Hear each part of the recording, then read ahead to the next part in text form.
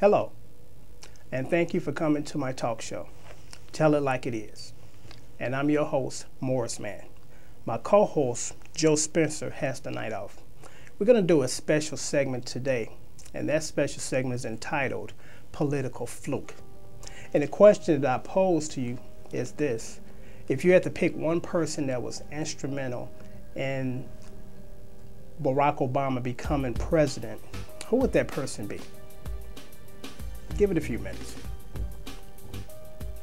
I think a good choice or a good answer is Oprah Winfrey or the Democratic Party, but actually they're not an individual, they're a group. But those are actually good choices, but actually that's not the correct answer. I'm going to name a person that you would say, wow, how does this person connect with the Obama campaign? And I'm going to proceed to tell you how this person is connected.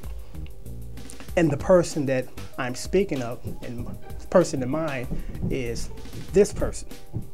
Now you might say, who is this person? Then some might say, oh, okay, I remember this person from Star Trek: The Next Generation. So how Jeri Ryan is connected to the Obama's presidency, or how did she have any type of influence in that? And I'm going to tell you why. It's an interesting story. It's like you kind of trace back the roots as far as where it started. Now, most of us that lived outside of Illinois, Barack Obama didn't get on your radar until he became senator. Actually, he was running for president.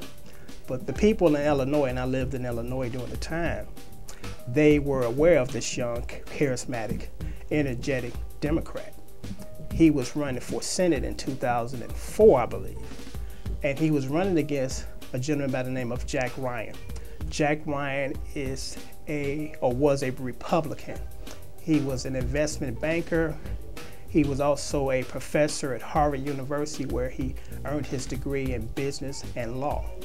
Young, intelligent, charismatic. Everybody seems to like Mr. Ryan. He seemed to have been a pretty nice person. And he was well on his way to winning the Senate seat. And everybody actually in Obama's camp knew that the polls was in Mr. Ryan's favor. Because you have to remember, this is back when the Republicans were in power and we had a Republican president. And it was basically slated for Jack Ryan to win unless a miracle occurred. And actually a miracle did occur.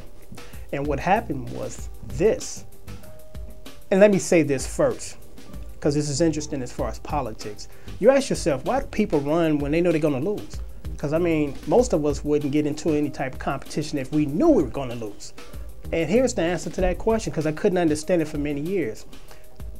The first go round, if your candidate seems like he's not going to win by the polls and the ratings, it's more or less to get his name out there, because recognition is everything in politics.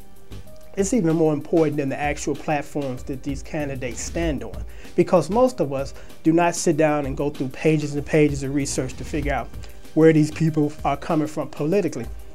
We just happen to see them on TV often a lot of times, and we say, oh, they look really nice, they're really pleasant people, there's no scandal involved, so I'm going to vote for that guy. That's how basically most of us end up picking our candidates.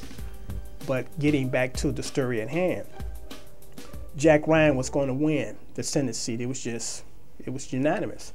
And then something happened. Actually, two things happened, but the first one really didn't make an impact like the second one. The first one was this. The Jack Ryan campaign, they actually hired a guy to follow Barack Obama around with a video camera. They was hoping to find dirt. And as you know, they've tried that tired routine while he's in the presidency, trying to find dirt. You know, and he's just a guy that don't have any dirt. You know, him or his wife don't have any dirt. So it was kind of a backlash, or it backfired on the Ryan's campaign. But what really killed the Ryan's campaign is this. His wife at the time, Jeri Ryan, she was filing for divorce, and she dropped a bombshell. And her allegations was that her husband, Jack Ryan, was more or less a super freak. There's nothing wrong being a super freak in your house, you know, amongst your consenting person, but apparently he was frequenting sex clubs, and this is really what kind of, I guess, buried his political life. She alleged that he wanted her to engage in sex with other men while he watched. So that killed his career. And the sexual scandals kill people's career more than, or quicker than anything. Remember Gary Hart, the guy that was about to become president in the 80s? And then that picture surfaced with him and the woman down on the beach, or should I say on the boats. You know, so the sexual scandals really kill political careers quicker than anything. So after Jerry Ryan dropped that bombshell, then what happened was he had to fall out, or should I say he stepped down from running. Then the Republicans put in Mr. Alan Keyes. Now, to most of us, Mr. Alan Keyes is a joke. You know, no one takes him serious, not even his own party. So they were scrambling to try to get another person to run against Obama, and they selected Alan Keyes. And of course, the rest is history. Alan Keyes lost, Obama won, he went to the Senate, then he ran for president, then he became president. So it's pretty interesting that, to me, one person literally changed the course of history, and that is Jerry Ryan. Well, actually, I guess her name is Zimmerman these days. But I just wanted to share that story with you, and I hope that you found it interesting. And until next time, as always, I thank you for coming to my talk show. Tell it like it is, and keep thinking.